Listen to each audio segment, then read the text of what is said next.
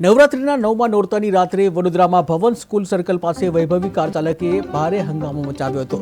નશામાં ધૂત કાર ચાલકે એક યુવતીને બાઇક સાથે ટક્કર મારી ઈજા પહોંચાડી હતી। વધુમાં રોંગ સાઈડ જતા આ શખ્સે ફરજ પર હાજર ટ્રાફિક હેડ કોન્સ્ટેબલ સાથે પણ ઝપાઝપી અને ગાળાગાળી કરી હતી। આ સમગ્ર ઘટનાના લાઈવ વિડીયો પણ સામે આવ્યા છે, જેમાં કાર ચાલક રાહદારીઓ સાથે પણ ઝઘડો કરતો જોવા મળે છે।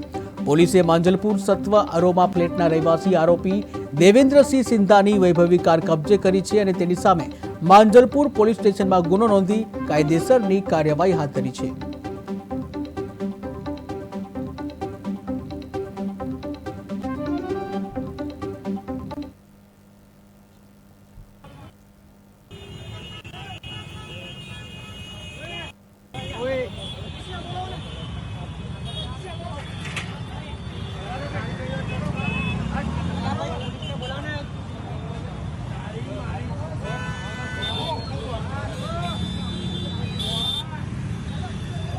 Got it.